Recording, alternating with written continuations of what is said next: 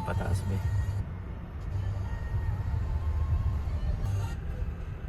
Malubak-lubak lang ang dadaanan natin guys. For today's video, dito po tayo sa Lambingan sa Maytanay at ngayon paakyat tayo doon sa tuktok ng Lambingan Hills. At ito, papakita ko sa inyo yung paakyat. So ngayon, ito yung stairs papunta sa top, sa tuktok ng Lambingan Hills. At kung napapansin nyo, ito yung hagdan. Tapos makikita nyo na rin yung puso dito. Yung unang pwede nyong pag picture yan. Yan. O diba? Hugis puso. So, ngayon, ito yung kapaligiran niya. O diba? Very aesthetic. Kasi ito pa yung kadugtong niya, paakyat. Tapos akyat pa tayo ng isa pa. So ayan, ito yung malaking tent nila, may siso dyan. Tapos ito na yung overview niya. Tapos ito yung naman yung araw na pictorian. At ito pa isang instagramable na bridge. Yan. Kaya tayo. Ito tayo dito. Ayan o. Yan. So kita nyo ang mga kabundok. Yan. So yung feeling ito yung feeling dito. Medyo mainit lang dahil ngayon ay alas 4:30 dito. Pero kasi summer ngayon kaya medyo mainit. So papasok na tayo doon sa isa pang baluarte doon, may tent. 50 pesos nga lang yung dito. Ayan o. 50 pesos tent. Yan, so pumasok na tayo. Ito nga pala yung tent area sa tuktok ng Lambingan. Yan, diba? Napakalaki niya guys. Yan, may nagtitent na rin. Meron na rin lalaro na magandang dilag. Yan, saka yung magandang dilag na yan, huwag niyo sabihin na crush ko siya. So mamaya pupuntahan natin yung yung iba pang lugar. Pero ito na yung pinaka peak niya sa Lambingan Hills, guys. Sige, kain muna ako kasi kanina pa ako nandito. Tayo ng biyahe ko. So guys, kain muna tayo. Nilagay ko muna yung aking gamit na.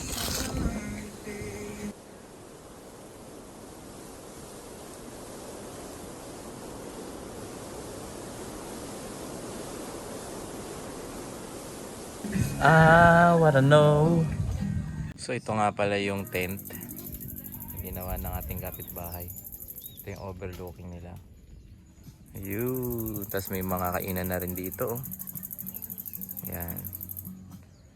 Pwede kayo mamili dito. At ngayon ang time is 5 eksakto. So pwede ka rin mag-upo rito para tanawin yung overlooking.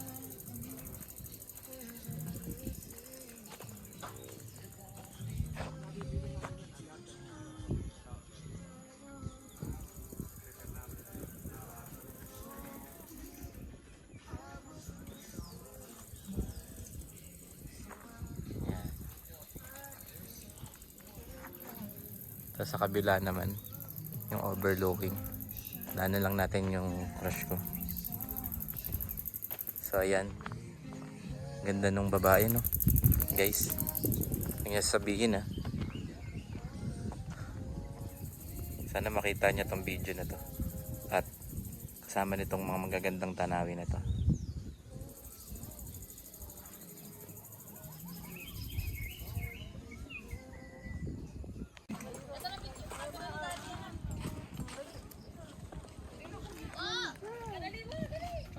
Wow, ganda. So ayan, marami ng mga turista. So ayan, pwede kayo mag-picture. So going down na tayo to the center. Pero Baka mahulog ka ha. pupunta muna tayo guys sa ating tent doon. Banda dito yung tent niyan guys oh. So meron pa ritong isa. So ayun na nga. May kita kayong mga flower sa inyong dadaanan, kaya maganda talaga dito sa lambingan. Mapapalambing talaga kayo sa mga partners nyo. Ayan. So ito yung pababa going to the, tapos meron pa nga pala dito mga ano kainan sa mga nagde-day tour dyan. Tapos may bonfire pa doon. Ayun, balik tayo dito. So ito nga pala yung bridge na dinaanan ko kanina pataas. Yan. Yan, di-day-tour ko lang kayo guys ha. So ayun na nga. Ito yung mga, yan, ito yung doyan sa ilalim ng ano, tent area. At meron din ito yung mga nipa hut na kubo 5 or kubo triangle, yung triangle, big triangle. So ito pa yung isa. Yan, sa mga may kita yung ano, ito pa yung maganda rin dito, kaya lang di na kami nakaakit doon guys. Tapos may CR din sila dito doon. Yan, CR yan. Yan. Kasi ito nga pala yung entrance mamaya, doon kayo manggagaling pagka pumasok kayo. So pupunta muna kami sa aming tent na dito. So para sa eye view ng inakyat natin kanina guys, ito pala yan, mga kabinturista. Yan, ayan yung kaninang inakyat natin. At meron din daanan dito. At ngayon papunta tayo sa kubo kubo 5 ay kubo, small kubo lang na nirentahan natin. So yun na nga. Ito yun guys oh. Isa pang nipa hut na kubo. Maganda rin dito sa isang kubo na to kung makakahanap po yun. Maganda dito kasi puro puno, lalo na summer. Tapos meron pang malapit dito na kainan oh. Tapos meron ding pool, ayan oh, para sa mga chikitings. Tapos ito nga pa sa kaliwa niyan, ay sa kanan ko, yun yung lambingan. Yan. Baka mahulog ka. So yun. Tapos ito yung daanan nila papunta doon. Yan, tapos papunta doon sa tent na inanuhan namin. So yung mga murang tent na patig pa 500 guys. Ito lang siya. Kwarto lang siya halos. Para sa isang tao or dalawa kayo na ano, pwede naman na. Ayun. Yan, tapos ito yung CR nyo. Saka yung ihawan. Yun, ihawan. Okay. Kasi ito nga pala yung tent na binok at pinayaran. Oh, pwede rin dito kumain, no. Oh, ha? Masarap dito, malamig kasi mahangin. Oh, saka maraming puno, guys. Kaya sa mga gustong pumunta dito sa lambingan, punta lang kayo. Ha? Ito nga pala yung center ng pupuntahan natin pagka kayo nag-entrance. At ito na yung arko, lambingan. Yan. So ayan. Pabalik na tayo. Yan, papakita ko lang sa yung center area. Yan, tapos may tindahan pala dito kung gusto niyo bumili na kung ano-ano. Yan oh. Ito yung tindahan oh. Yan. Dadalan lang kayo doon. Pak. Tapos ito nga pala yung daan papunta pabalik. Si ate na ba yun? Te, sa inyo na po.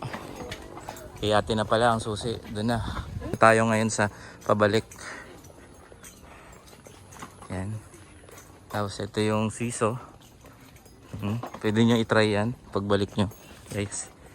Yan. Tapos meron, ayun yung yung cabin na isa, yung pabilog guys. So, kita nyo ba yun? Ang cute, diba? Parang riding hood. Oops. Excuse me po.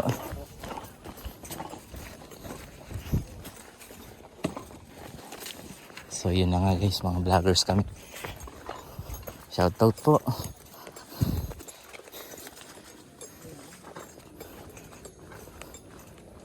Ayun. Cute na mga alaga.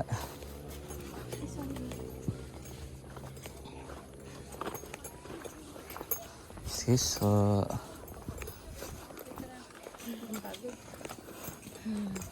So ayun na nga guys, yung mga vloggers, mga mag-overnight tong mga to, kaya ngayon lang dumating.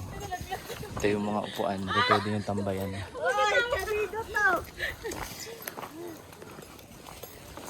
Yung motor ko nga para guys, oh. Sinsya na kayo, yun lang yung motor ko. Pero nagsasakyan muna tayo.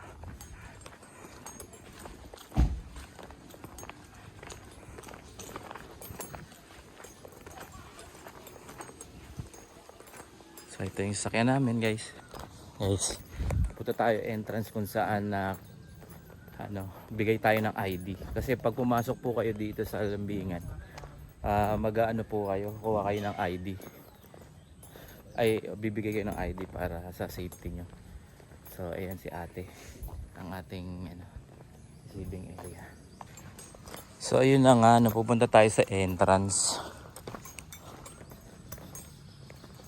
Ito yung sa ID po. Vallejo, Marvin. Yeah. Thank you po. Yan, so yun, kuha kayo ng ID. Yan, tapos ito yung entrance. Yay! Tapos ayun yung ating dito kayo dadaan. Yan, tapos may water parking dito. Yan, kaya ng pasyo to guys kasi kinaya nung dun, no. Uy, may pasyo dun. Kaya ng pasyo guys. Oh, kinaya ng pasyo. Kaya huwag kayo mahiya magdala dito ng mga motor. So yun guys, another day, another vlog na naman tayo. Kaya salamat sa inyong pagsama sa uulitin. Bye guys.